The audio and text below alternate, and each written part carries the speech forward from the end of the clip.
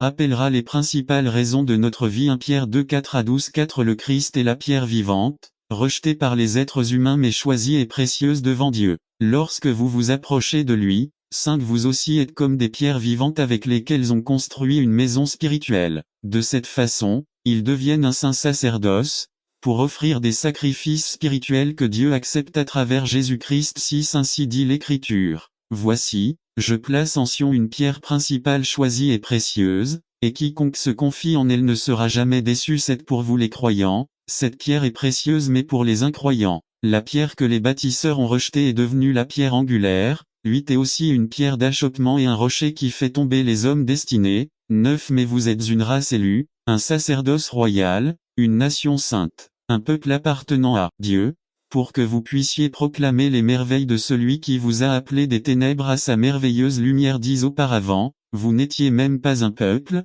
mais maintenant vous êtes le peuple de Dieu. Avant, ils n'avaient pas reçu miséricorde, mais maintenant ils l'ont reçu. 11 Chers frères, je vous supplie, en tant qu'étrangers et pèlerins dans ce monde, de vous détourner des désirs pécheurs qui combattent la vie. 12 Ayez une conduite si exemplaire parmi les incroyants que, même s'ils vous accusent de faire le mal, ils observeront vos bonnes œuvres et glorifieront Dieu au jour du salut. LSG La première raison de vivre est parce que nous sommes des pierres vivantes avec un ministère important dans l'Église de Dieu. 1 Pierre 2 4 à 5 4 Le Christ est la pierre vivante, rejetée par les êtres humains mais choisie et précieuse devant Dieu. Lorsque vous vous approchez de lui, 5 Vous aussi êtes comme des pierres vivantes avec lesquelles on bâtit une maison spirituelle. À Pierre compare l'Église de Dieu à un édifice. C'est un bâtiment composé de nombreuses pierres. N'attendez pas qu'il soit trop tard. Devenez membre de la chaîne Today et bénéficiez de réconfort et de soutien dans les moments difficiles. Cliquez sur le lien dans la description de la vidéo. Mardi 9 avril 2024 Page 1 Jésus est la pierre la plus importante. Nous sommes des pierres vivantes avec un ministère important dans l'Église de Dieu.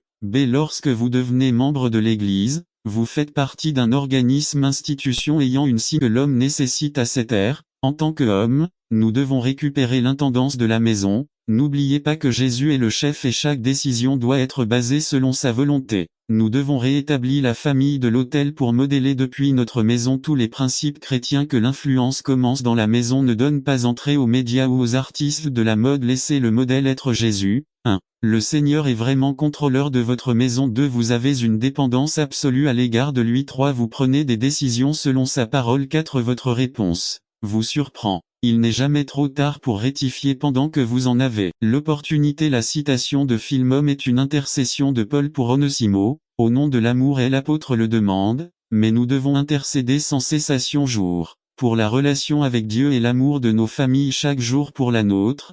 Peu importe la situation, la récompense juste et récompense jusqu'à la dernière demande. Nous avons l'engagement de gérer cette maison. N'attendez pas qu'il soit trop tard. Devenez membre de la chaîne Today et bénéficiez de réconfort et de soutien dans les moments difficiles. Cliquez sur le lien dans la description de la vidéo. Mardi 9 avril 2024 Page 1 Demandons la sagesse d'en haut. Que Dieu te bénisse ton frère. Miguel IZCANO N'attends pas qu'il soit trop tard. Devenez membre de la chaîne Today et bénéficiez de réconfort et de soutien dans les moments difficiles. Cliquez sur le lien dans la description de la vidéo. Mardi 9 avril 2024 Page 2 Résumé de l'attitude. Notre attitude définit jusqu'où nous irons. Il est de la plus haute importance que nous prêtions davantage attention à notre attitude. Par Aaron Chavez Attitude Dieu a de grandes choses pour nos vies. Que nous les accomplissions dépend de notre attitude. Nombre 14.24 Mais à mon serviteur Caleb, qui a eu une attitude différente et m'a été fidèle, je donnerai la possession du pays qu'il a exploré, et ses descendants en hériteront. B. La vérité est que tout ce que Dieu a pour nous doit être pris. Il n'est pas à portée de main, nous devons nous efforcer de l'obtenir. Il faut grimper pour l'atteindre. Nous devons sacrifier notre confort pour l'obtenir. Toutes ces actions ne réussiront que si nous adoptons la bonne attitude et réaliser ce que Dieu a pour nous dépend principalement de l'attitude que nous avons. Le lion. A. Ce n'est pas le plus grand. B. Ce n'est pas le plus gros. C. Ce n'est pas le plus lourd. D. Il n'est pas le plus intelligent. E. Mais c'est le roi de la jungle. Comment est-il possible que sans avoir tous ces attributs on puisse occuper une place aussi importante? A. C'est possible parce que l'attitude est beaucoup plus importante que l'aptitude. Capacité. B. L'attitude mesure jusqu'où vous irez. C'est comme si le lasso qui attache ce courageux chien et le chat a déjà mesuré la distance de. Le chat dérange le chien et le chien court vers le chat mais atteint la limite de sa corde et s'arrête brusquement. Ecclésiaste 9.11. J'ai remarqué que dans cette vie, la course n'est pas gagnée par le plus rapide, et ce n'est pas non plus le plus courageux qui gagne la bataille, que les sages n'ont pas assez à manger, que les intelligents ne regorgent pas d'argent, et que les instruits ne jouissent pas de sympathie, mais que les bons et les mauvais moments arrivent à tout le monde. C'est le succès s'obtient. Blesser son corps, insultes, expressions de mépris et de ridicule, moquerie et sarcasme. Ils ont blessé et déchiré son cœur, transpercé, enclavé et détruit son âme même. Quel genre de personne se moquerait d'un mourant, qui serait assez indolent pour mettre du sel sur des plaies ouvertes? À quel point est-il vil et pervers de parler avec mépris à quelqu'un qui est lié par la douleur? Jacques dit que la langue est comme le feu, qui, dans de telles circonstances, est capable non seulement de pardonner mais aussi de demander pardon pour eux deux. En vérité, je te dis qu'aujourd'hui tu seras avec moi au paradis. Luc 23:43. Lorsque nous recevons le Seigneur Jésus, nous recevons une grande promesse du Père, la garantie de Dieu pour l'avenir. Sentons la certitude que lorsque nous atteindrons la fin de nos jours dans cette chair et que notre corps physique périra, nous passerons l'éternité avec Christ. Jean 2:25. Lorsque ce voleur Luc 23:39-43 a accepté le Seigneur Jésus, il a reçu le don du salut à ce moment précis, même s'il a été le pire des êtres humains. Lorsque Christ vient dans nos vies, il a le pouvoir de nous sauver et de nous permettre de lui être fidèles et commencer à marcher sur le chemin choisi par Dieu pour nous. Jésus-Christ a porté la malédiction du péché et de la mort sur la croix. 3. Femme, voici ton fils, fils, voici ta mère. Jean 19:26-27. Les valeurs éthiques et morales décomposent notre société, l'homosexualité. Romains 1:26-27, l'adultère. Matthieu 5.27, Galates 5.19. Les relations sexuelles avec des animaux. Lévitique 20.15-16, la perte de la virginité avant le mariage. Deutéronome 22:20, 21. 1 Corinthiens 6.13 et bien d'autres immoralités enveloppent la société dans une saleté totale. L'irresponsabilité et l'abandon sont ce qui met la famille et la société dans cet état. Le Christ revient bientôt pour une église sainte et irréprochable. Éphésiens 5:27, avouons-le. Isaïe. N'attendez pas qu'il soit trop tard. Devenez membre de la chaîne aujourd'hui et obtenez du réconfort et du soutien dans les moments difficiles. Cliquez sur le lien de description de la vidéo. Mardi 9 avril 2024. Page 1:18. Le noyau de la société est le foyer, et donc le foyer doit être un exemple tel que Dieu l'a établi. La première institution que Dieu a créée était la famille, et il veut transformer votre cœur et votre famille. Dieu veut que vous ayez une maison de bénédiction, il veut sauver votre maison. Acceptez-la dans votre cœur et laissez Dieu vous sanctifier, car comme il est écrit, sans la sainteté personne ne verra le Seigneur. Hébreux 12.14-4. Mon Dieu, pourquoi m'as-tu abandonné? Vers la 9e heure, Jésus s'écria d'une voix forte, Élie, Élie, lama sabachthani. C'est, mon Dieu, pourquoi m'as-tu abandonné? Matthieu 27:46. La 9e heure équivalait à 3 heures de l'après-midi. Jésus avait été crucifié à la 3e heure, soit 9 heures du matin. Lorsque le Christ prononça ces paroles, il était déjà crucifié depuis 6 heures. 6 heures de douleur intense, 6 heures de souffrance avérée dans notre vie chrétienne. En grâce. Acte 13:43. La grâce que nous avons reçue par Jésus-Christ et la miséricorde ou la faveur de nous avoir pardonné nos péchés. Chaque étape du cours de la vie chrétienne est due à la grâce. Galates 1:15. C'est pourquoi il est important de toujours obtenir la grâce de Dieu et de nous y maintenir. Nous y parvenons en reconnaissant et en adhérant fermement à Jésus-Christ dans l'obéissance et la dépendance dans tous les domaines de notre vie à travers nous-mêmes pour le reste de votre vie. L'un des messages scripturaires les plus importants est celui que vous entendez aujourd'hui. 2. Bataille constante avec Satan. 1. Les chrétiens combattent constamment Satan. Dans l'Ancien Testament, nous voyons des hommes et des femmes se battre contre ce grand adversaire. Dans le Nouveau Testament, nous voyons Christ, Paul et d'autres apôtres se battre. C'est aujourd'hui. Le combat continue. Les chrétiens d'aujourd'hui se retrouvent engagés dans ces mêmes combats. Mais la Bible nous dit que nous avons l'autorité. Cette autorité est donnée à tout croyant qui appartient au corps de Christ. Et cela donne tellement d'autorité aux chrétiens que Satan essaie par tous les moyens de nous aveugler afin que nous ne puissions pas voir et mettre en pratique cette autorité. Synopsis. Il y a peu de temps, un homme au 722 North Main Street dit avoir entendu une voix qui lui disait qu'il devrait aller dans l'église pour me tuer. Il est entré et nous avons utilisé notre autorité pour arrêter le. N'attendez pas qu'il soit trop tard. Devenez membre de la chaîne Today et bénéficiez de réconfort et de soutien dans les moments difficiles. Cliquez sur le lien dans la description de la vidéo. Mardi 9 avril 2024 page 1 Le but de Satan dans cette église. La question est, utilisons-nous l'autorité dans tout ou l'utilisons-nous uniquement en cas d'urgence? La Bible dit que cette autorité doit être utilisée à tout moment.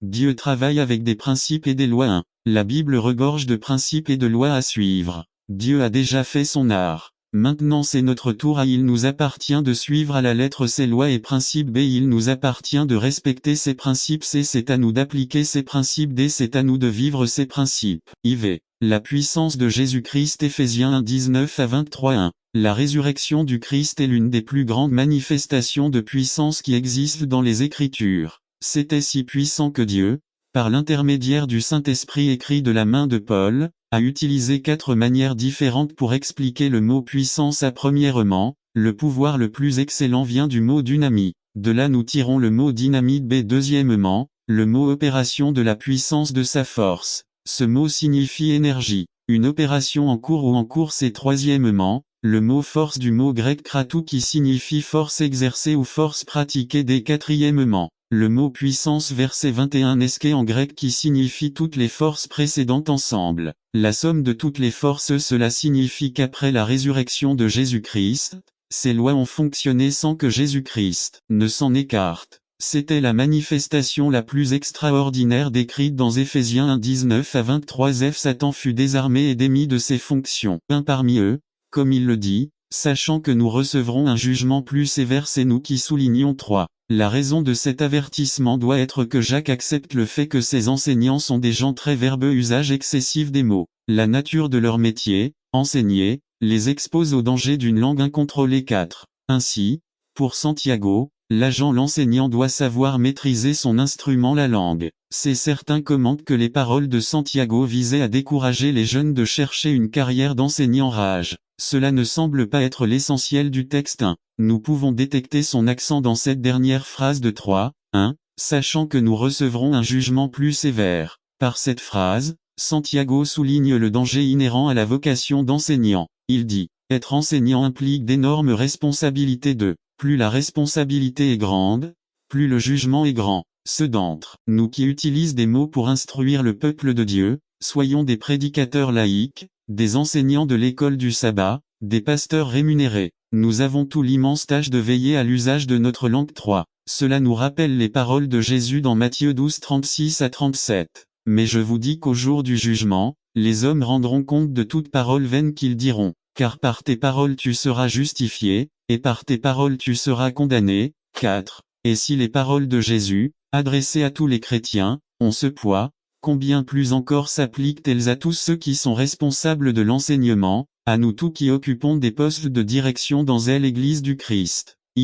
Conclusion. N'attendez pas qu'il soit trop tard. Devenez membre de la chaîne Today et bénéficiez de réconfort et de soutien dans les moments difficiles. Cliquez sur le lien dans la description de la vidéo. Mardi 9 avril 2024 page 3 Avant de commencer à pointer du doigt les pasteurs, les prédicateurs laïcs, les enseignants et les dirigeants en général, Jacques nous rappelle gentiment dans 3, 2a, car nous avons tout péché en beaucoup de choses. 1. Ne commencez pas à battre les chefs de ceux que Dieu a choisis comme enseignants et dirigeants. Parce que nous sommes tous coupables de nombreuses offenses par notre langue ou par nos actions ou même avec notre regard. 2. Nous sommes tous pécheurs et commettons des péchés. Personne ne peut dire je ne fais pas ces choses. Et je crois que nous avons tous un péché en commun, l'abus de notre langue. 3. Lorsque Jacques dit car nous offensons tous en beaucoup de choses 3-2a, il semble faire allusion à un livre de sagesse juive, écrit environ 200 avant J.C. C'est Sirach ben Sirach 19-16, une personne peut laisser échapper un mot involontairement, et qui est celui qui n'a pas péché avec sa langue. 4. Quand on lit Sirach ben Sirach on se rend compte que cet auteur était terrifié par l'usage potentiellement destructeur de la langue, voir Sirach ben Sirach 5, 13 à 6, 1, 14, 1, 19, 15, 22, 27 et 28, 13 à 26 5. Jacques ajoute ce qui suit le signe d'une personne mûre, et sa capacité à contrôler sa langue. C'est ce que cela signifie dans 3-2b. Si quelqu'un ne pêche, Acte est une image de la grâce de Dieu. La seconde, de son procès. En considérant le potier et l'argile, vous pouvez voir une image de notre vie et de notre relation avec Dieu. Chaque objet a sa signification. Dieu et le potier a une personne. Nos vies ne sont pas entre les mains d'une force invisible ou d'un destin aveugle. Ils sont entre les mains d'une seule personne, le Dieu Tout-Puissant. Dieu n'est pas simplement notre Créateur. Il est notre Père et a un intérêt personnel dans nos vies. C'est le potier. Voir Ésaïe 64.8.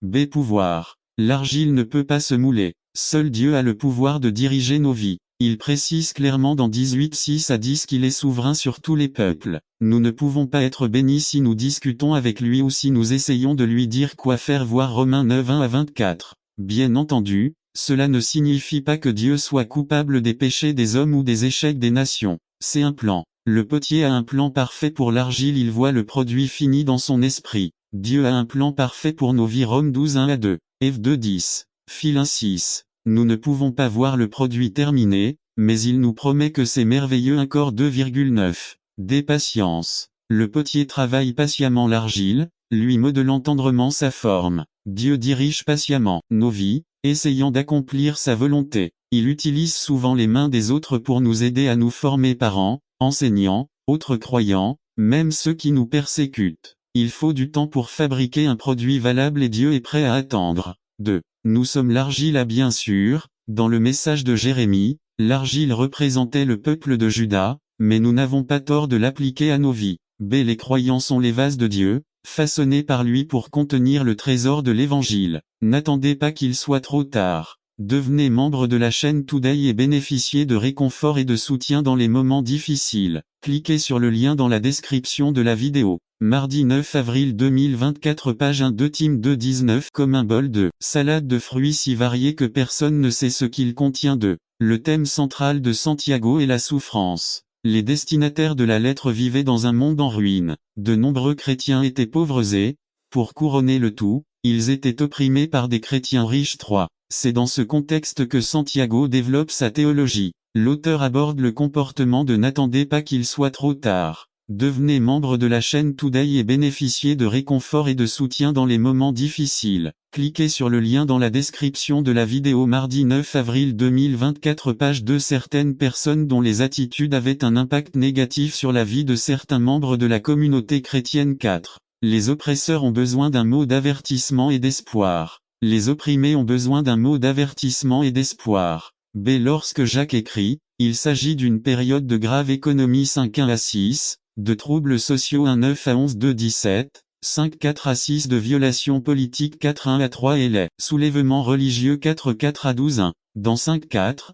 Jacques lance une cri qu'il a promis en disant, encore une fois, je secouerai non seulement la terre, mais aussi le ciel. 27. Et cette expression, encore une fois, cela indique la suppression des choses mobiles, telles que les choses créées, afin que les choses qui ne peuvent être ébranlées restent. 28. C'est pourquoi, puisque nous avons reçu un royaume qui ne peut être ébranlé, montrons ou ayons de la gratitude, par laquelle nous offrons à Dieu un service acceptable avec crainte et révérence. 29. Parce que notre Dieu est un feu dévorant. Deutéronome 4, 24. Nif, car l'Éternel, ton Dieu, est un feu dévorant et un Dieu jaloux. Exode 24, 15-17. Niv, n'attendez pas qu'il soit trop tard. Devenez membre de la chaîne Today et bénéficiez de réconfort et de soutien dans les moments difficiles. Cliquez sur le lien dans la description de la vidéo. Mardi 9 avril 2024, page 2. 15. Dès que Moïse monta, une nuée couvrit la montagne. 16. Et la gloire du Seigneur reposa sur le Sinaï. Pendant 6 jours, les nuages couvraient la montagne. Le 7e jour, du sein de la nuée, le Seigneur appela Moïse. 17. Aux yeux des Israélites, la gloire de l'Éternel au sommet de la montagne ressemblait à un feu dévorant. Peut-être qu'il faut lire Exode 24, 9-11, pour qu'ils croient que nous pouvons voir le Seigneur. Deutéronome 4, 25-33. LSG 25. Lorsque vous aurez engendré des enfants et des petits-enfants, et que vous aurez vieilli dans le pays, si vous vous corrompez, si vous faites une image taillée ou une image de quelque chose, et si vous faites ce qui est mal aux yeux de l'Éternel, votre Dieu, le mettre en colère. 26. Aujourd'hui, j'en prends à témoin le ciel et la terre que vous périrez bientôt complètement du pays où vous avez passé le Jourdain pour en prendre possession. Vous ne resterez pas là pendant de longues journées sans être détruits. 27. Et l'Éternel vous dispersera parmi les peuples, et vous serez en petit nombre parmi les nations où l'Éternel vous mènera. 28. Et là vous servirez des dieux faits de mains d'hommes, de bois et de pierre, qui ne voient, ni n'entendent, ni ne mangent, ni 929 mais si de là tu cherches l'Éternel, ton Dieu, tu le trouveras, si tu le cherches de tout ton cœur et de toute ton âme. Du feu des épreuves 30 quand tu es dans la détresse et que toutes ces choses t'atteignent, si dans les derniers jours tu te tournes vers l'Éternel, ton Dieu, et que tu entends sa voix 31 car l'Éternel, votre Dieu, est un Dieu miséricordieux, il ne vous quittera pas, il ne vous détruira pas et il n'oubliera pas l'alliance qu'il a jurée à vos pères 32 car demandez-vous maintenant si, dans les temps passés qui ont eu lieu avant vous, depuis le jour où Dieu a créé l'homme sur la terre, si d'une extrémité des cieux à l'autre a été fait quelque chose de semblable à cette grande chose, ou si une autre semblable a été entendue 33 quelqu'un a-t-il entendu la voix de Dieu parlant au milieu du feu, comme vous l'avez entendu, sans périr. 2-4, 35 à 36 rendez-vous 60-35 il vous a été montré, afin que vous sachiez que l'Éternel est Dieu, et qu'il n'y en a pas d'autre que lui 36 il vous a fait entendre sa voix du ciel pour vous enseigner et sur la terre il vous a montré son d'autres êtres humains doivent cesser afin que les relations turbulentes puissent être inversées 4-11 à 12-3. Dans ce passage, James n'adoucira pas son vocabulaire. La gravité de la situation exige un langage ferme et intense 4. J'espère que ce sujet n'est qu'un autre cours et non un sermon. Une classe est l'endroit où nous recevons des informations sans que cela n'affecte notre situation tandis qu'un sermon contient des applications spécifiques. Je prie Dieu pour que cette question ne s'applique pas à cette communauté, à cette église 5. J'aimerais penser que cela ne s'applique à aucune église chrétienne, mais malheureusement ce n'est pas le cas. C'est pourquoi la lettre de Jacques continue d'être pertinente aujourd'hui. 2. Guerre et conflit querelle. Il y a deux noms qui sortent immédiatement du texte lorsque dans 4.1 nous lisons. D'où viennent les guerres et les querelles parmi vous? D'autres versions lisent guerre et conflit. N'attendez pas qu'il soit trop tard. Devenez membre de la chaîne Today et bénéficiez de réconfort et de soutien dans les moments difficiles. Cliquez sur le lien dans la description de la vidéo. Mardi 9 avril 2024 page 1. Ces deux noms, guerre et procès ou conflit démontrent la tension et l'hostilité aiguë et chronique qui existaient dans la communauté de Santiago. Surprenant pour une période aussi précoce dans l'Église chrétienne de. Quand je lis tous les avertissements que les auteurs du Nouveau Testament donnent à leur communauté ou église, je me demande si l'église primitive, caractérisée par une période de pureté dans les églises de l'Apocalypse, était vraiment si pure. 3. Ces guerres et querelles ne ressemblaient pas aux ragots de quartier qui éclatent périodiquement dans nos églises. Il s'agissait de conflits sérieux. 4. Ce furent des causes majeures qui produisirent l'apostasie, l'instabilité sociale et apparemment même des homicides. Nous avons du mal à accepter ces faits. De nombreux commentateurs de la Bible ne veulent pas admettre le langage littéral du texte de Jacques 5. La fidélité à la parole de Dieu exige que nous soyons honnêtes envers le texte même dans ses éléments historiques, que nous acceptions la situation telle qu'elle est, au lieu de recréer quelque chose qui n'existait pas. B. De quoi parlait Santiago lorsqu'il utilise les noms guerre moi et procès mâché? Ces deux mots dans la langue originale étaient utilisés dans la littérature grecque pour décrire littéralement des conflits physiques entre nations, communautés ou individus. 1. Le texte de Jacques 4:1 à 3 nous amène à reconnaître qu'il peut y avoir eu des cas dans lesquels le recours à la force ou à la violence physique était présent, et aurait même pu entraîner la mort de. Nous ne pouvons pas oublier que lorsque Jacques écrit, les conflits religieux se terminent souvent par des homicides. Les meurtres à motivation politique et religieuse étaient courants. Ils faisaient partie de la vie sociale et religieuse de l'époque. 3. Jacques 4:2 semble indiquer que ses frères franchissaient la ligne. La Bible américaine traduit 4:2 ainsi. Vous convoitez et vous n'avez pas, c'est pourquoi vous commettez un meurtre. Nous ne voulons cependant pas exagérer le fait que les frères de l'Église ou de la communauté de Santiago tuaient, littéralement, mais nous pensons plutôt qu'ils ont diffamé la réputation d'autres membres. 1. Après tout, les conflits verbaux et croyantes, mais aussi englobent tout ce qui se trouve dans le contexte auquel Israël a dû faire face.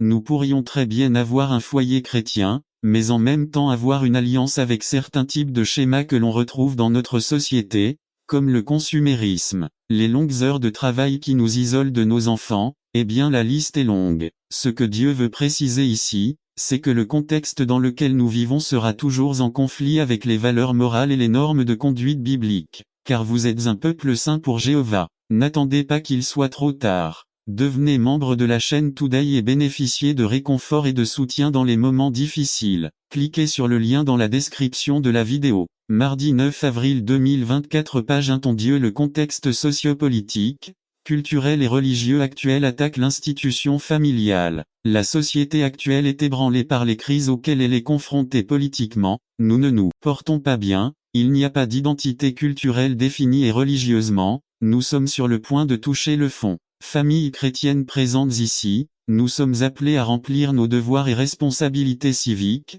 à marcher d'une manière différente, à présenter un modèle de vie différent et à être une lumière dans le monde. C'est précisément ce qui est implicite dans le passage que nous étudions. Le dessein de Dieu dans ce passage va au-delà d'un appel à la sainteté. Le dessein de Dieu se projette également vers la famille. Il n'y a rien de plus dangereux qui menace la stabilité et la prospérité d'une nation que la désintégration de l'institution familiale. Les coutumes des nations cananéennes prédit que les pieds et les mains du Christ seraient percés. PS 22, 16, Zacharie 12, 10, Matt 27, 34 à 50, qu'il mourrait en sacrifiant sa vie à la place des pécheurs. Ésaïe 53, Dan 9, 26, Jean 1, 29, et qu'il ressusciterait d'entre les morts. PS 16 10, Acte 13 35, 37 triomphant de la mort. Ésaïe 25 8, Icor 15 54. Des centaines d'autres prophéties se sont miraculeusement réalisées, mais malgré toutes ces prophéties miraculeuses,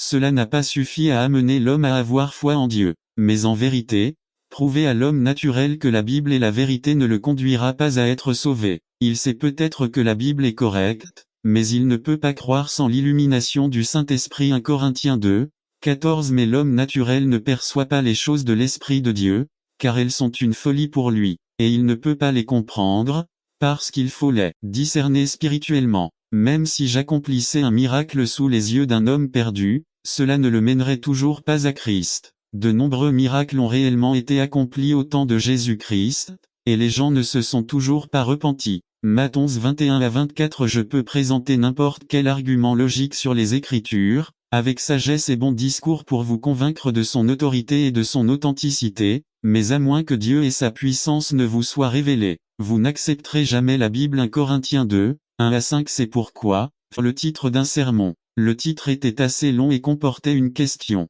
C'était, si vous étiez arrêté parce que vous êtes chrétien, y aurait-il suffisamment de preuves pour vous condamner? C'était vraiment un titre très long mais néanmoins bon, car il réussissait à attirer l'attention de Jimmy Carter et à le faire réfléchir. Si vous étiez arrêté parce que vous êtes chrétien, y aurait-il suffisamment de preuves pour vous condamner? Carter dit qu'il ne se souvient pas de ce que le pasteur a dit pendant le reste de la matinée, mais il se souvient encore de ce qu'il a pensé lorsqu'il a entendu ce titre pour la première fois. Il était diacre et professeur dans une école paroissiale et avait toujours parlé publiquement de sa foi. Mais face à la question, si vous étiez arrêté parce que vous êtes chrétien, y aurait-il suffisamment de preuves pour vous condamner? Il a pensé, je pourrais probablement m'en sortir. Et vous et moi, si nous étions arrêtés parce que nous étions chrétiens, y aurait-il suffisamment de preuves pour nous déclarer coupables? La lumière devient toujours évidente où nous expose lumière dans les cieux. Lequel d'entre eux est vraiment une source de lumière? Comment serions-nous si nous n'avions pas de lumière?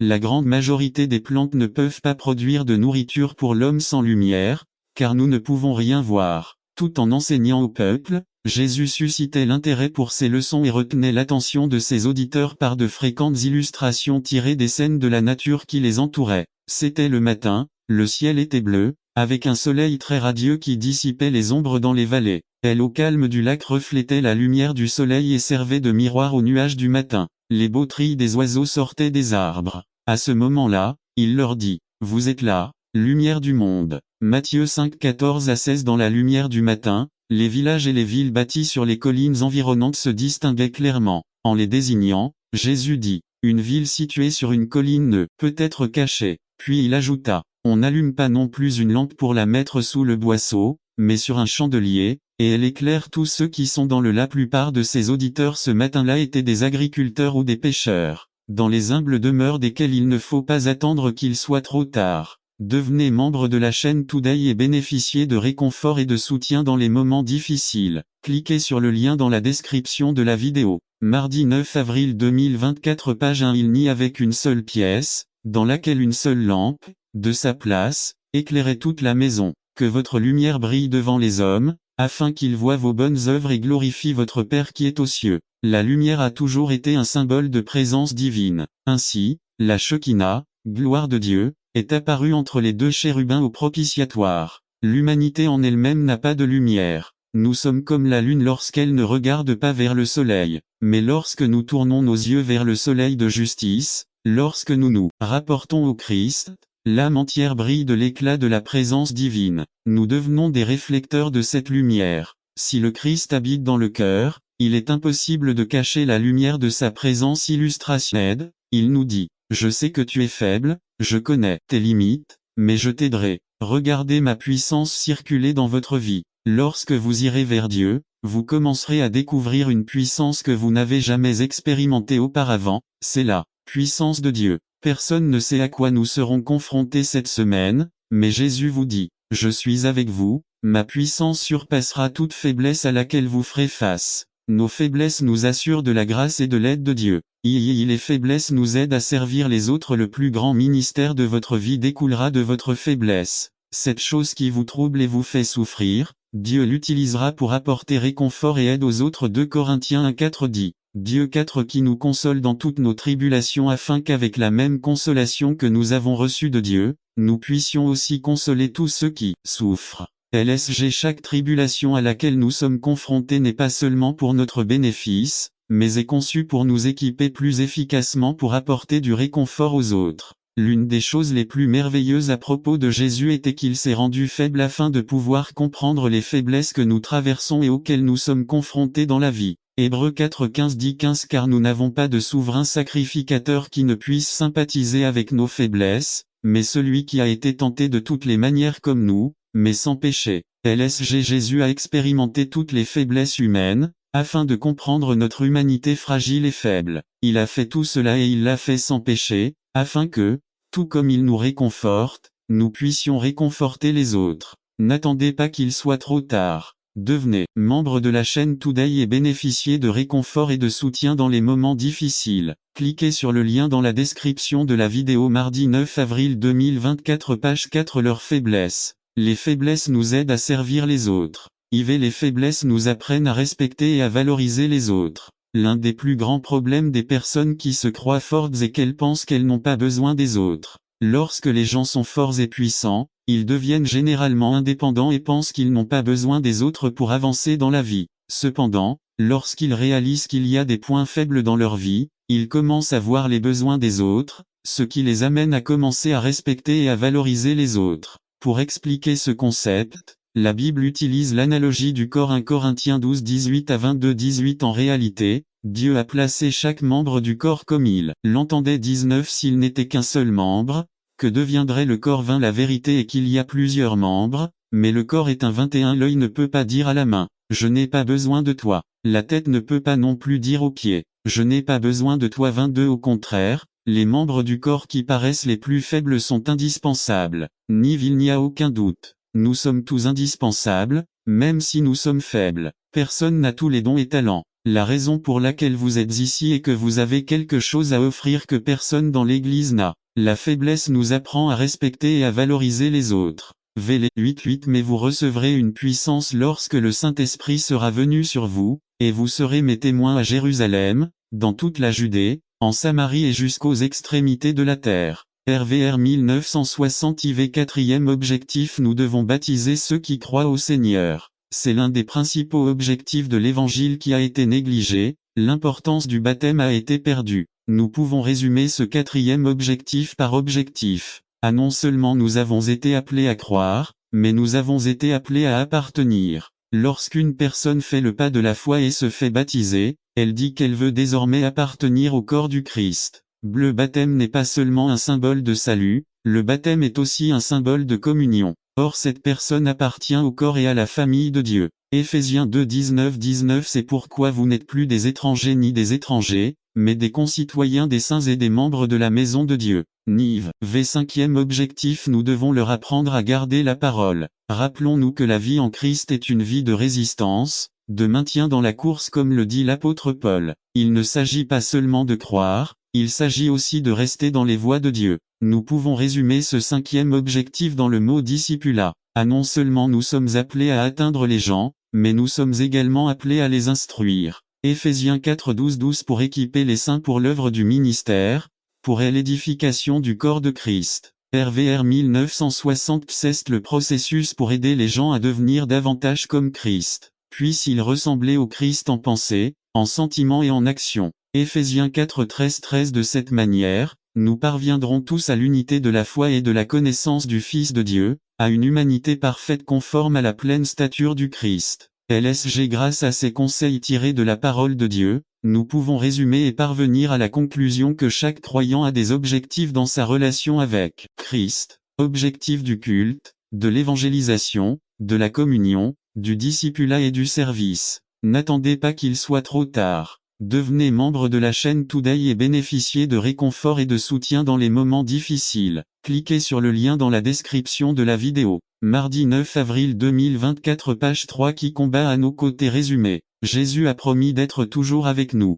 Ce sermon examine comment il nous aide dans nos luttes. Par Nestor Mangivard Qui combat à nos côtés. Romains 8 31 à 39 Une partie du combat que nous n'avons pas couverte dans cette série d'études que nous avons eue est le combat par équipe. Quand j'étais enfant, ce genre de combat était le favori de temps en temps, il y avait des bagarres entre camarades de classe. Et il y avait des moments où l'un unissait ses forces pour combattre aux côtés d'un autre ennemi. Sans aucun doute, ces combats se sont soldés par un désastre pour le bon combattant. Mais quand on se battait avec un frère ou un ami proche, on pouvait lui faire entièrement confiance. C'est le genre de lutte dont Paul ne parle pas dans Romains 8 31 à 39 lire. Avec 5 questions, Paul défie quiconque au ciel, sur terre ou même justifier leur bonne foi dans leur travail politique et une réputation apparente auprès de ceux qui leur ont fait confiance. Laissant au terme de son parcours politique, toutes ces promesses non tenues sur les épaules d'une société qui n'a pas décidé de le soutenir.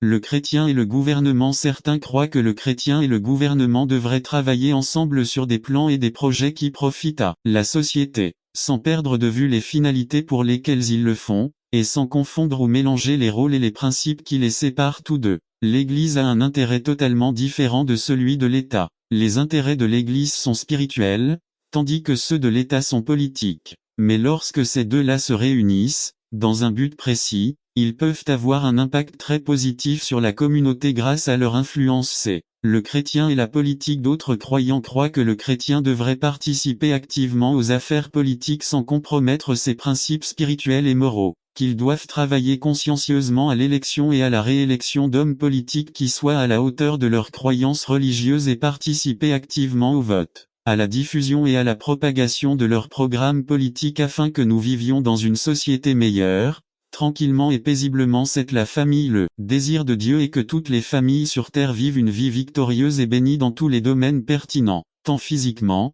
spirituellement qu'émotionnellement. Nous avons pu le constater dans la première famille créée sur terre, où ils se trouvaient dans un environnement extrêmement bon, préparé par Dieu et mis à leur disposition pour qu'ils puissent en profiter pleinement. Ils étaient dans un bon état physique, spirituel, émotionnel et matériel jusqu'au jour où le péché a été découvert en eux. Le péché détruit les familles. Un amour inconditionnel. L'amour de Dieu pour la famille est inconditionnel. C'est pourquoi l'amour agape, attribué uniquement à Dieu, est considéré comme supérieur à tous les autres. L'amour agape signifie l'amour suprême, sans condition, l'amour par décision. Dieu a décidé de nous aimer sans aucune condition, même lorsque nous étions pécheurs. Romains 5 8 1 Jin 4 7 à 10. C'est un amour inné et substantiel qui caractérise un Dieu qui est amour. Dieu n'a pas d'amour, Dieu est amour. 1 Jin 4 16. La première phrase à Satan le diable, avec mon mari. 4 mots-clés. Femme d'action,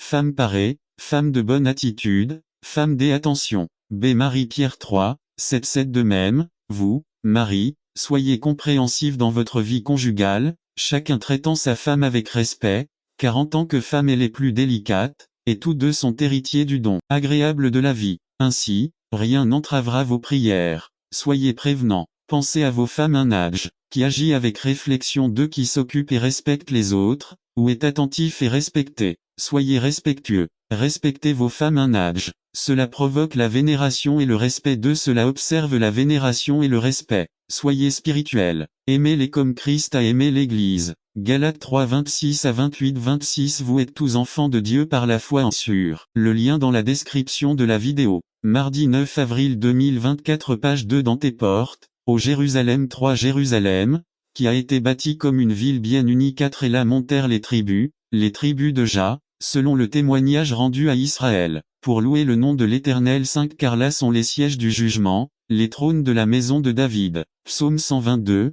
Si demandez la paix de Jérusalem, puissent ceux qui vous aiment prospérer. 7 Soyez en paix dans vos murs, et reposez-vous dans vos palais. 8 Pour l'amour de mes frères et de mes compagnons, je dirai, la paix soit avec vous. 9 C'est pour l'amour de la maison de l'Éternel notre Dieu que je rechercherai votre bien. Pensez aux pauvres psalmistes qui souffrent d'être loin du peuple de Dieu. Description de la vidéo. Mardi 9 avril 2024 Page 1b Ils avaient des projets pour leur vie. Ils croyaient qu'avec Jésus ils allaient se débarrasser des Romains et qu'ils allaient rétablir le royaume d'Israël. Ils avaient des projets pour gouverner leurs propres intérêts. Dès quand Jésus leur a parlé de la trahison, ils n'ont pas pu la comprendre. Puis, lorsqu'ils l'ont crucifié, ils se sont retrouvés déçus par Jésus. Déçus, ils attendaient un roi et à la place ils ont eu un martyr. Ils avaient perdu tous leurs espoirs et se sentaient désormais comme des fugitifs pour avoir été avec Jésus. Les déclarations de Jésus à ton frère ressuscitera. Marthe n'a pas bien compris ce que Jésus lui disait et elle a dû le lui dire d'une manière différente. C'est je suis la résurrection et la vie. Celui qui croit en moi, même s'il est mort, vivra. Et tous ceux qui vivent et croient en moi ne mourront pas pour toujours. Dès ici, Jésus lui dit plus en détail, avec ce que Jésus lui a dit. Devant toi se trouve celui qui peut donner la vie même aux morts. Je suis la résurrection et la vie. J'ai le pouvoir de donner la vie à ton frère. Voici la question à $1 million.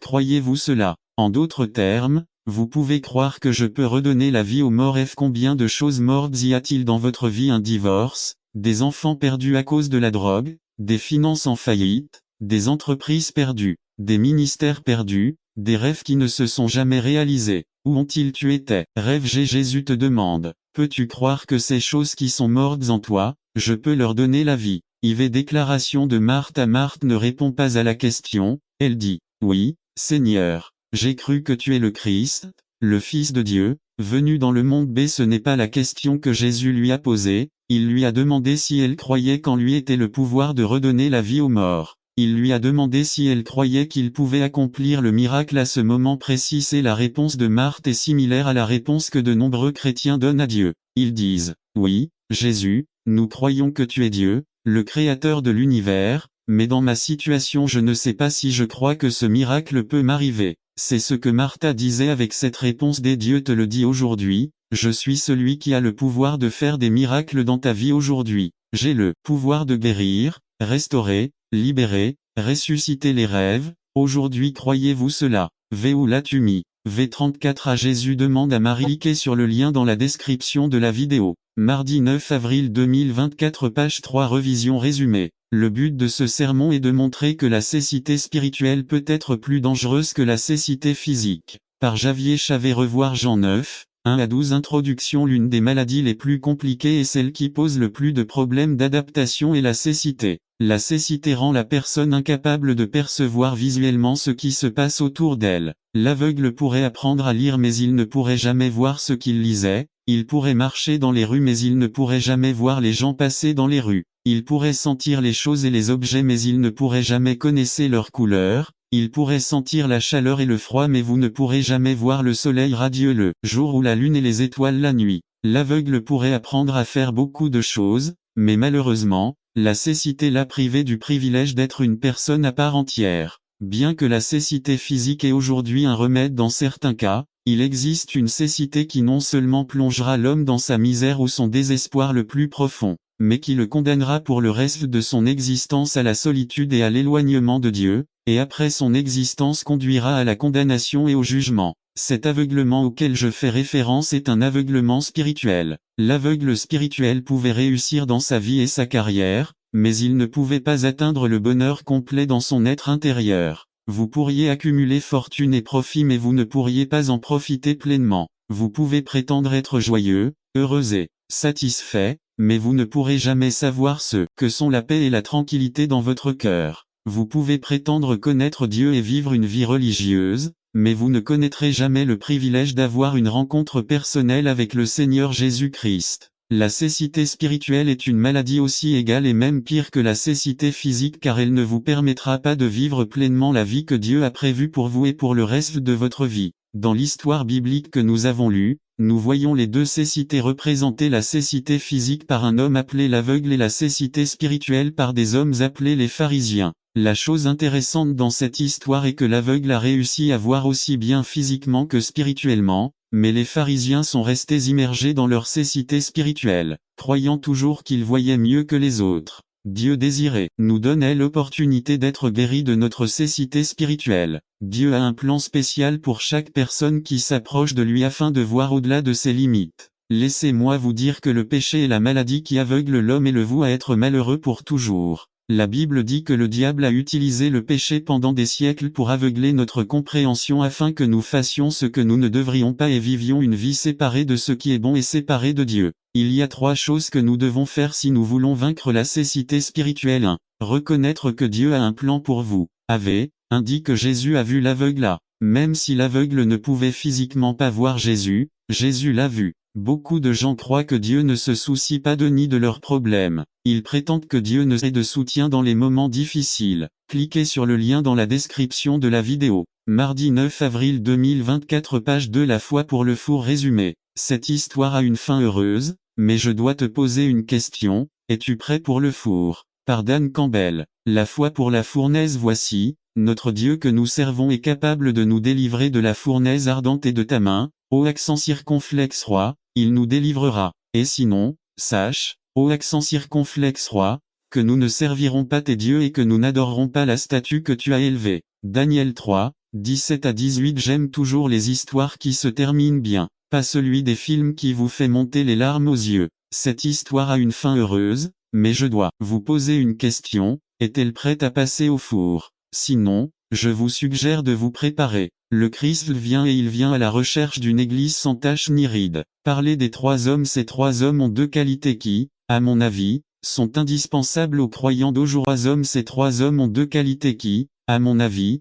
sont indispensables aux croyants d'aujourd'hui. Une espérance inébranlable qui naît d'une foi inconditionnelle. Premier, une espérance inébranlable. Deuxième, une foi inconditionnelle. Regardons le verset 17 qui nous parle de l'espérance. Lisez avec moi. Notre Dieu le peut. Que peut faire notre Dieu? Il nous délivre de la tentation, il nous aide à ne pas trébucher, il nous garde du mal, il nous garde de la chute. Il n'y a rien que notre Dieu ne puisse faire. Cela peut rendre les choses encore plus abondantes que nous ne pouvons l'imaginer, nous dit l'apôtre Paul. L'espoir nous parle de la condition humaine. Si tout va bien, il n'y a pas besoin d'espérer. Mais, l'espoir parle de la condition humaine. Cela nous dit que dans la vie il y a des tragédies, des malheurs, des dépressions. L'espoir signale que nous aspirons à quelque chose de mieux. Par exemple, ténèbres, lumière. N'attendez pas qu'il soit trop tard. Devenez membre de la chaîne Today et bénéficiez de réconfort et de soutien dans les moments difficiles. Cliquez sur le lien dans la description de la vidéo. Mardi 9 avril 2024 page 1 Exil,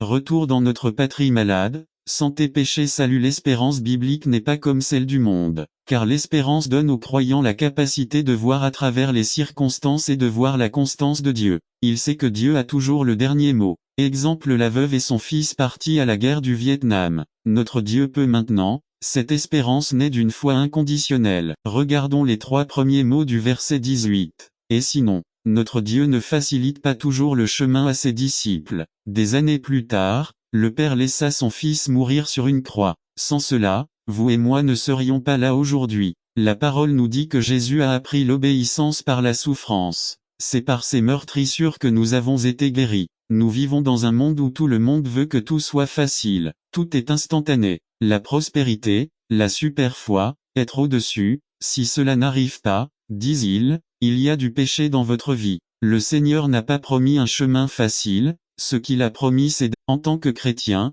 nous devons toujours examiner nos intentions, nos actions, nos pensées et demander au Seigneur de nous aider à éliminer toutes sortes de sentiments égoïstes. C'est l'égoïsme qui nous amène à piétiner et maltraiter notre conjoint et par extension nos enfants. L'égoïsme est ce qui produit la jalousie, la méfiance et même les mauvaises pensées à l'égard du conjoint. C'est pour ça que les crimes passionnels, les statistiques indiquent que les victimes de violences sont, dans la plupart des cas, des femmes et des enfants. mais il ne faut pas oublier que ces sentiments de pouvoir et d'égoïsme sont des attitudes cherche John Wesley A. Il est le fondateur de l'église méthodiste. Ce sont des méthodes bibliques B avant de recevoir le remas de Dieu. Charles et Jean formèrent un groupe appelé le Holy Club et ils jeûnèrent jusqu'à devenir si faibles qu'ils ne pouvaient plus marcher. Ils ont prié prosternés, le front contre terre pendant des jours, jusqu'à ce que leurs bras deviennent noirs à cause d'une mauvaise circulation. En 1737, Wesley rencontre des protestants, ils exhortent Wesley à comprendre le puissant message de Jésus.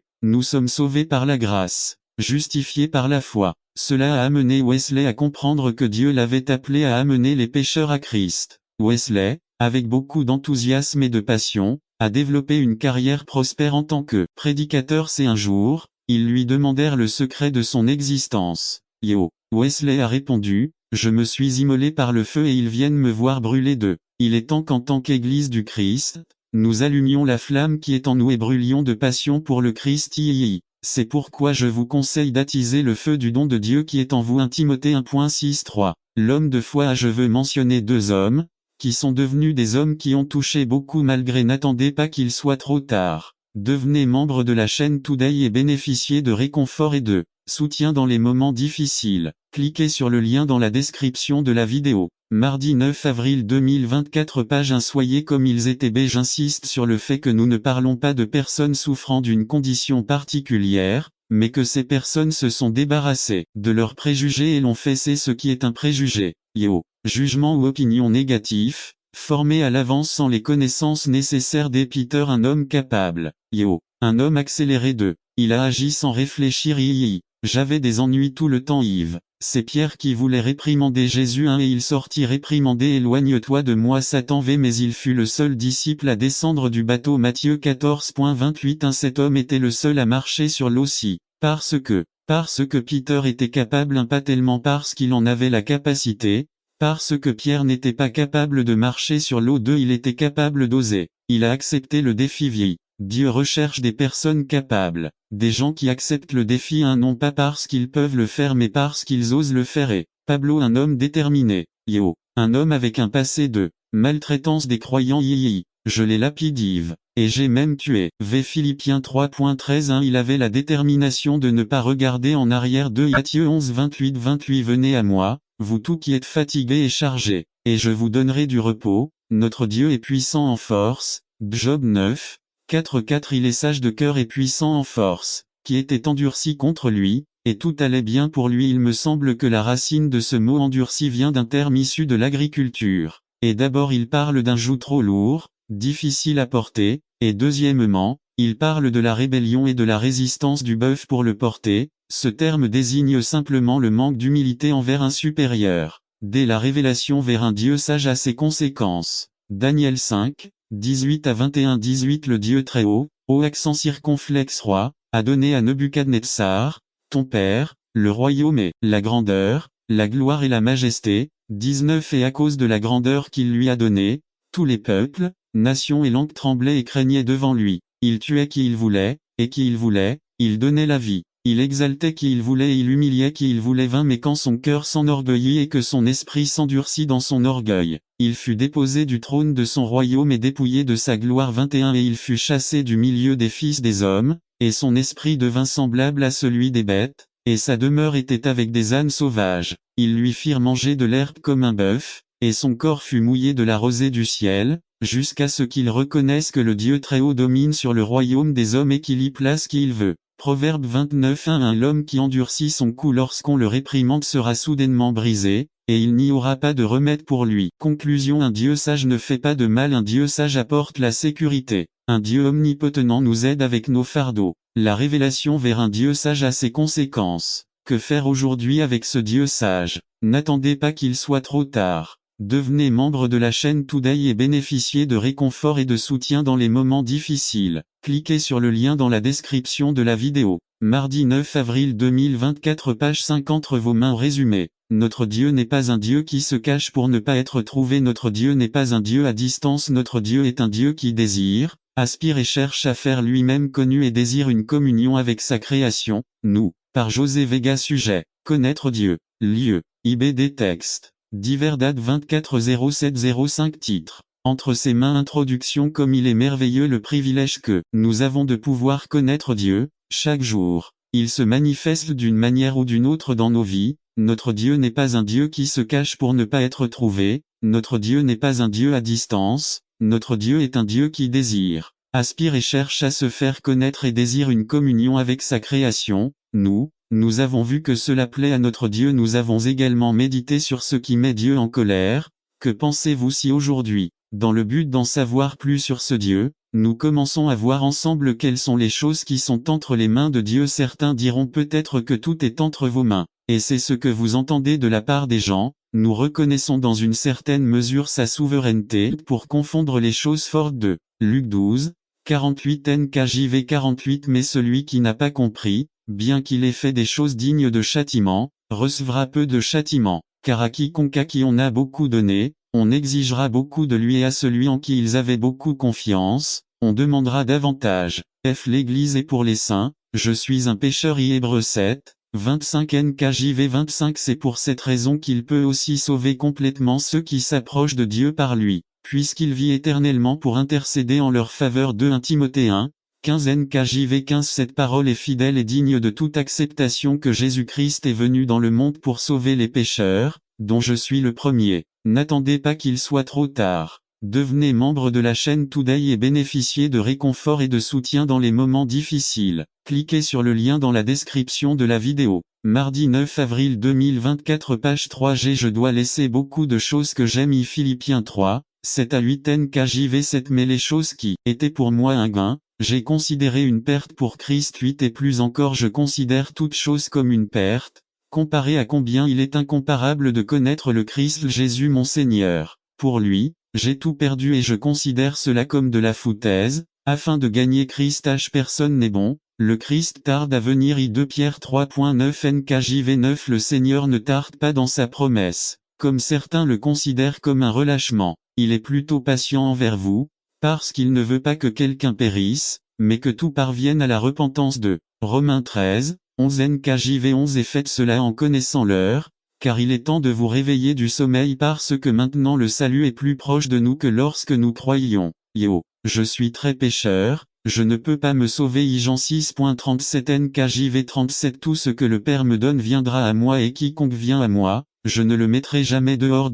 Actes des apôtres 10.43 NKJV 43. Tous les prophètes lui rendent témoignage, et que quiconque croit en lui recevra le pardon des péchés par son nom. Pour ceux qui ne veulent pas pardonner. Éphésiens 4, 32 NKJV 32. Mais soyez bons et miséricordieux les uns envers les autres, vous pardonnant les uns aux autres, comme Dieu vous a aussi pardonné en Christ.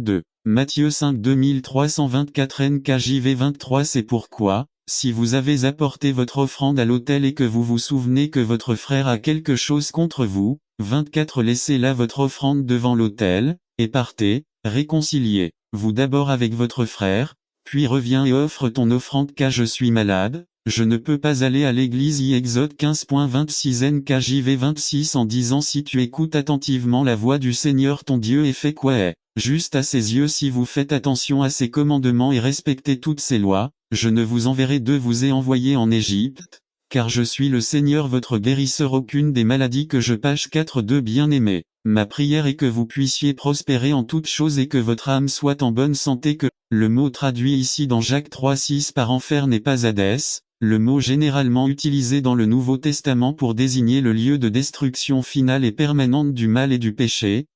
Jacques utilise ici le mot Géhenne, une translittération du mot hébreu désignant la vallée de Hinnom. Cette vallée est un ravin du côté sud de l'ancienne ville de Jérusalem, utilisé comme dépotoir de la ville. 3. Les Juifs étaient déjà très préoccupés par les aspects hygiéniques de la loi de Moïse, ils entretenaient constamment ce ravin d'ordures en feu. Parfois même des criminels exécutés y étaient jetés. 4. Le feu qui ne s'est jamais éteint de cette décharge, il a consumé tout ce qui y était jeté éternellement ou de façon permanente, est devenu le symbole du lieu du châtiment final aux conséquences éternelles pour tous les méchants. C'est de là que vient le concept de l'enfer, où le feu ne s'éteint jamais. C'est la langue est comme ce lieu, dit Jacques, elle est enflammée par l'enfer, la Géhenne, le lieu des ordures qui ne s'éteint jamais. 1. La Daily Bible traduit Jacques 3:6 comme suit. Et la langue est une flamme de feu, un monde de mal, un poison qui souille tout notre corps. L'enfer lui-même peut attiser cette flamme et transformer nos vies en une explosion destructrice et désastreuse de